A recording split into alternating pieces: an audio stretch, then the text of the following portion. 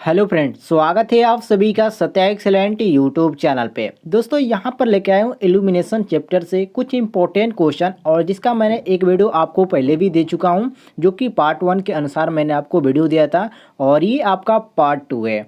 Part 1 बहुत ही important question इसमें cover किए गए थे, और ये आपका आज का पार्ट 2 है। यदि आपने पार्ट 1 नहीं देखा है तो इस वीडियो के डिस्क्रिप्शन में आपको लिंक मिल जाएगा, आप वहाँ से पार्ट 1 देख सकते हैं। उसमें भी बहुत ही इंपॉर्टेंट क्वेश्चन बताए गए हैं। तो यहाँ पर हम शुरू करने वाले हैं पार्ट 2, तो वीडियो को कंप्लीट देखिएगा। चलिए हम पार्ट 2 में क्वेश्चन जो कवर किए हैं वो आपको बताते हैं।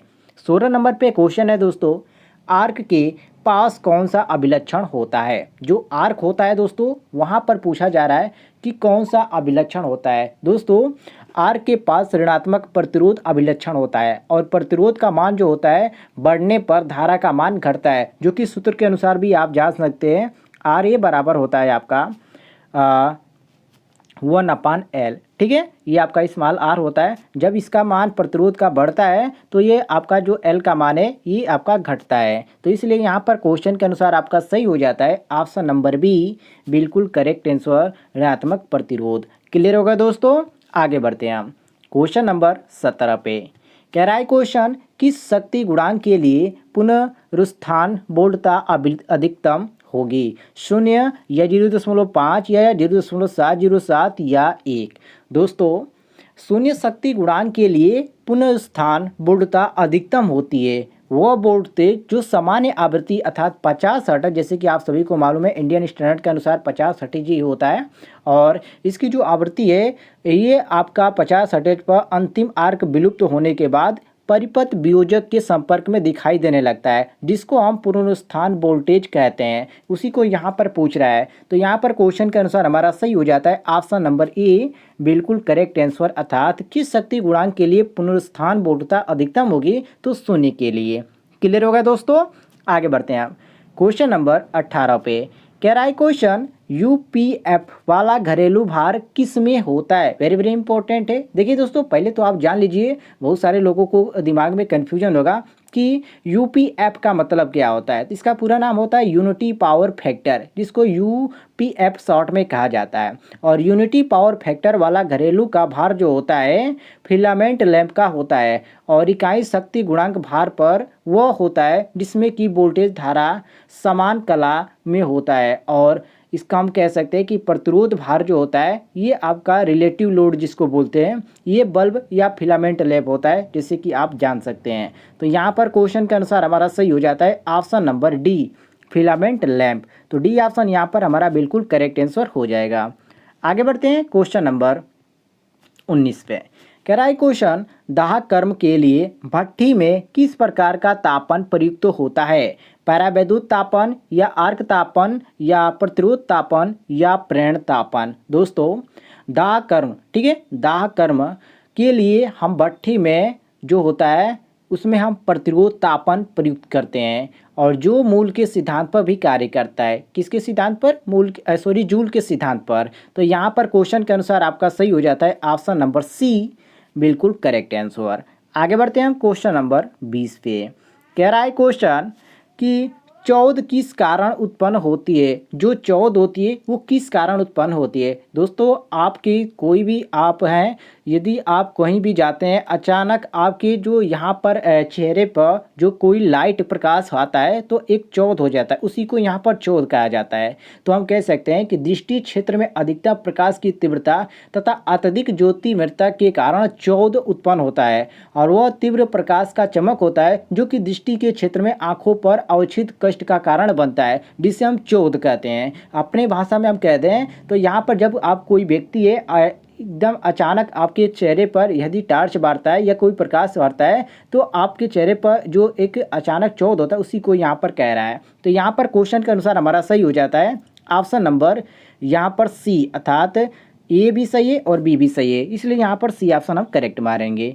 क्लियर होगा दोस्तों, आगे बढ़ते हैं हम क्वेश्चन नंबर 21 पे। कह रहा है क्वेश्चन, यहाँ पर ध्यान से देखिएगा, प्रेरण ताप के मामले में निम्नलिखित में से किसका महत्व अधिक होता है।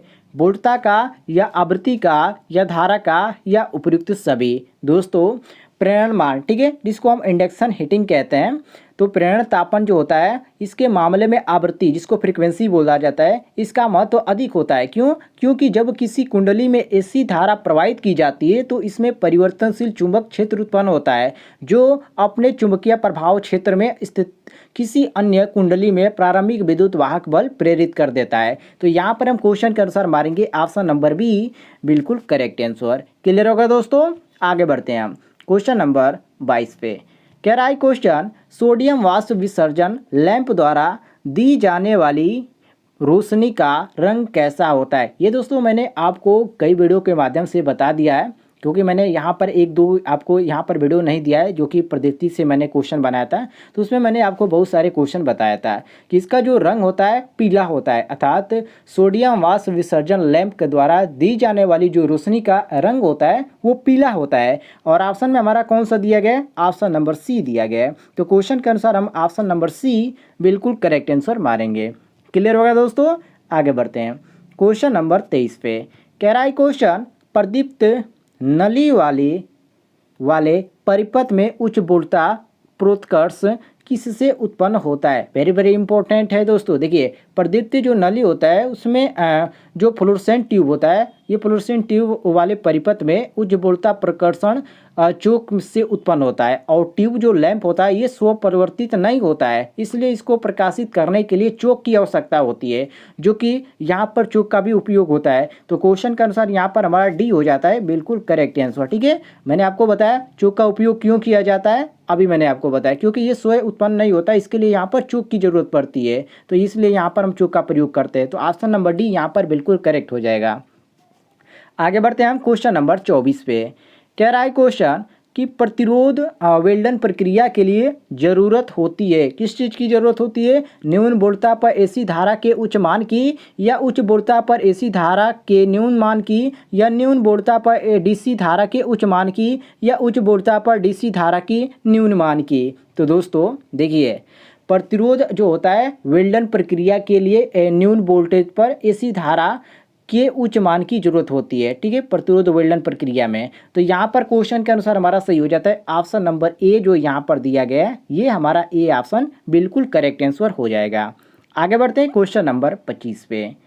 कह रहा है क्वेश्चन, किस प्रकार की वेल्डिंग में यांत्रिक दाब अर्थात सामर्थ्य की आवश्यकता पड़ती है? वेरी वेरी इंपॉर्टेंट क्वेश्चन है दोस्तों। देखिए, प्रतिरोध वेल्डिंग में यांत्रिक दाब की आवश्यकता पड़ती है, पहले तो इसको क्लियर कर लीजिए। और जबकि आर्क जो वेल्डिंग होता है इसमें यांत्रिक दाब की आवश्यकता नहीं पड़ती है। तो यहाँ पर क्वेश्चन के अनुसार हमारा सही हो जाता है ऑप्शन नंबर ए, अर्थात किस प्रकार की वेल्डिंग में यांत्रिक दाब की अर्थात सामर्थ्य की आवश्यकता पड़ती है, तो ये आपका पड़ जाता है प्रतिरोध वेल्डिंग। तो यहाँ पर हमारा ए ऑप्शन बिल्कुल करेक्ट आंसर हो जाएगा। क्लियर होगा दोस्तों?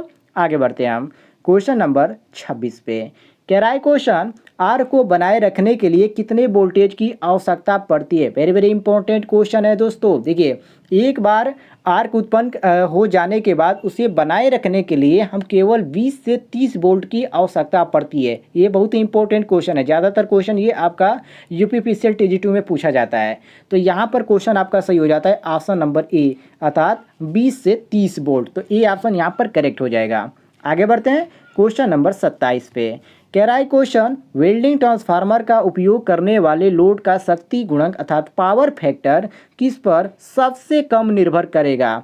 आर्क लंबाई पर, या इलेक्ट्रोड के प्रकार पर, या संचालन की संख्या पर, या वेल्डन की सामग्री पर?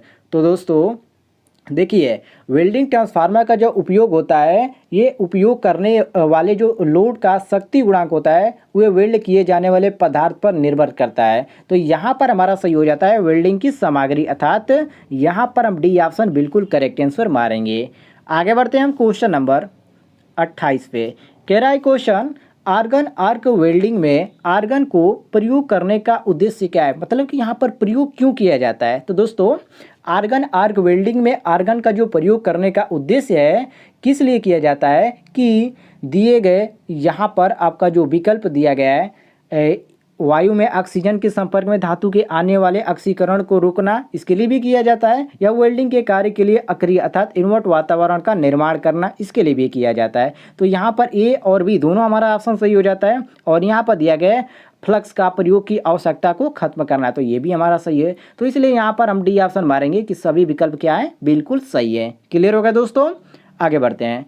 क्वेश्चन नंबर 29 पे कह रहा है क्वेश्चन, विद्युत स्पर्शघात का अधिकतम खतरा खाली स्थान होता है वेल्डिंग से पूर्व या वेल्डिंग के दौरान या होल्डर के इलेक्ट्रोड डालने के दौरान या वेल्डिंग पश्चात, किस समय होता है? तो दोस्तों विद्युत स्पर्शा जिसको हम इलेक्ट्रिक शॉक बोलते हैं, और इसका अधिकतम खतरा कब होता है? जब होल्डर में जो आपका होल्डर होता है उसमें इलेक्ट्रोड डालने के दौरान होता है। ठीक है, क्यों? क्योंकि वेल्डिंग में धारा का जो मान होता है अधिक होता है, जिससे इलेक्ट्रोड के संपर्क में मनुष्य के आने पर मनुष्य को तेजी से इसका झटका लगता है। इसलिए यहाँ पर हम मारेंगे ऑप्शन नंबर सी। ये हमारा सी ऑप्शन बिल्कुल करेक्ट आंसर हो जाएगा। आगे बढ़ते हैं क्वेश्चन नंबर 30 पे। कह रहा है क्वेश्चन कि वेल्डिंग परिपथ में शक्ति समाशोधन के लिए संधारित्र सामान्यतः खाली स्थान से जोड़ा जाता है। यहाँ पर खाली स्थान है, किससे जोड़ा जाता है? मेंस के आर पार या वेल्डिंग ट्रांसफार्मर के द्वितीयक सिरे के आर पार या वेल्डिंग ट्रांसफार्मर के प्रधान सिरे के आर पार या इलेक्ट्रोड्स के आर पार। बहुत ही इंपॉर्टेंट क्वेश्चन है दोस्तों। देखिए आपका यहाँ पर सही हो जाता है ऑप्शन नंबर सी अर्थात वेल्डिंग ट्रांसफार्मर के प्रधान सिरे के आर पार। क्यों? क्योंकि दोस्तों वेल्डिंग परिपथ में शक्ति संशोधन के लिए संधारित्र अर्थात कैपेसिटर जो होता है वेल्डिंग ट्रांसफार्मर के प्राथमिक सिरे के आर पार लगाया जाता है। क्यों लगाया जाता है? क्योंकि वेल्डिंग जो होता है 0.35 पश्चगामी शक्ति गुणांक पर कार्य करती है, और संधारित्र का जो प्रयोग होता है इसके संधारित्र के प्रयोग से ही शक्ति गुणांक बढ़कर 0.6 से 0.8 क्या हो जाती है? पश्चगामी हो जाती है। इसलिए यहाँ पर हम मारेंगे ऑप्शन नंबर जो दिया गया सी, वेल्डिंग ट्रांसफार्मर के प्रधान सिरे के आर पार। ये हमारा सी ऑप्शन बिल्कुल करेक्ट आंसर हो जाएगा। क्लियर होगा दोस्तों? तो आज की वीडियो में आपको यहाँ पर कुछ क्वेश्चन लेके आया था। उम्मीद है आपको यहाँ पर सारे क्वेश्चन पसंद आए होंगे। यदि आपको किसी भी क्वेश्चन में किसी प्रकार का डाउट होता है तो कमेंट में जरूर बताइएगा, और चैनल पर नए होंगे तो चैनल को सब्सक्राइब कीजिएगा। इस तरह की डेली वीडियो आपको मिलती रहेगी।